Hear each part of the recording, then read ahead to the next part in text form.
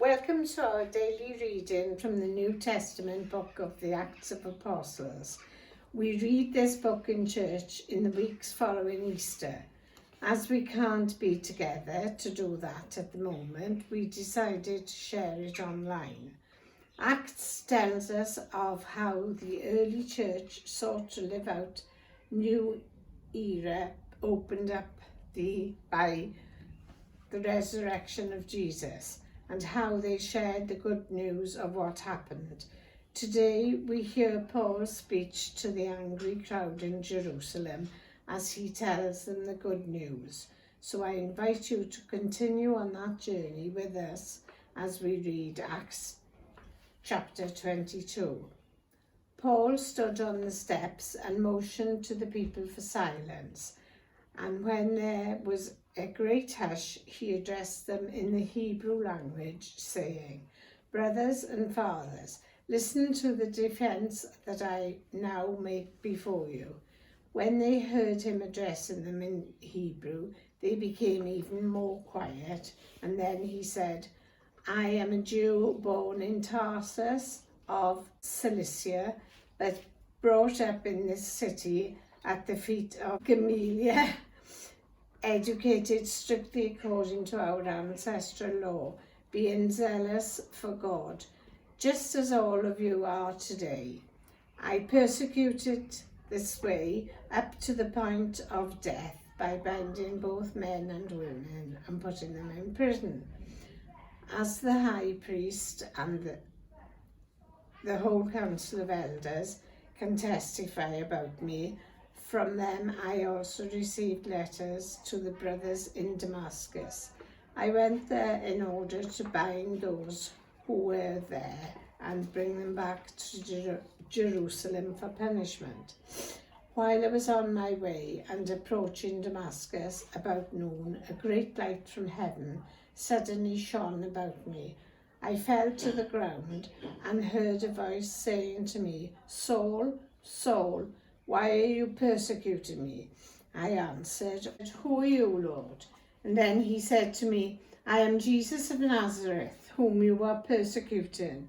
Now, those who were with me saw the light, but did not hear the voice of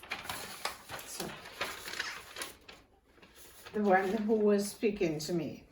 I asked, "What am I to do, Lord?" The Lord said to me, "Get up and go to Damascus. There you will be told everything that has been assigned to you to do." Since I could not see because of the brightness of that light, those who were with me took my hand and led me to Damascus. A certain Ananias, who was a devout man, according to the law and well spoken by all the Jews living there, came to me, and standing beside me, he said, "Brother Saul, regain your sight." In that very hour I regained my sight and saw him. Then he said, "The God of our ancestors has chosen you to know his will, to see the righteous one, and to hear his own voice. For you will be his witness to all the world of what you have seen and heard. And now, why do you delay? Get up, be baptized, and have your sins washed away, calling on his name." After I returned to Jerusalem, and while I was praying in the temple, I fell into a trance and saw Jesus saying to me, "Hurry and get out of Jerusalem quickly, because they will not accept your testimony about me." And I said, "Lord, they themselves know that in every synagogue I imprisoned and beat those who believed in you. And while the blood of your witness, Stephen, was shed, I myself was standing by, approving and keeping the coats of those who killed him."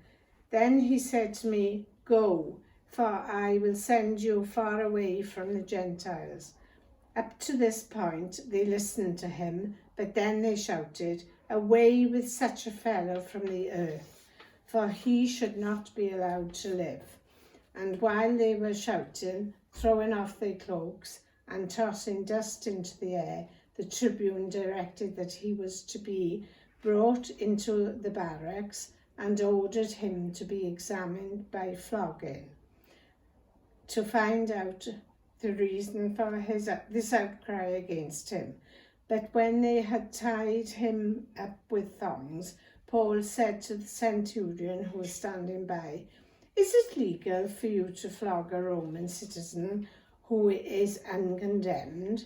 When the centurion heard that, he went to the tribune and said to him, "What are you about to do? This man is a Roman citizen."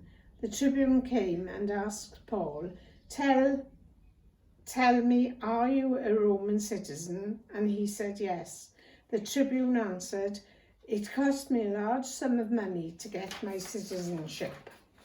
Paul said, "But I was born a citizen." Immediately, those who were about to examine him drew back from him, and the tribune also was afraid, for he realized that Paul was a Roman citizen and that he had bound him. Since he wanted to find out what Paul was being accused of by the Jews, the next day he released him and ordered the chief priests and the entire council to meet. He brought Paul down and had him stand before them.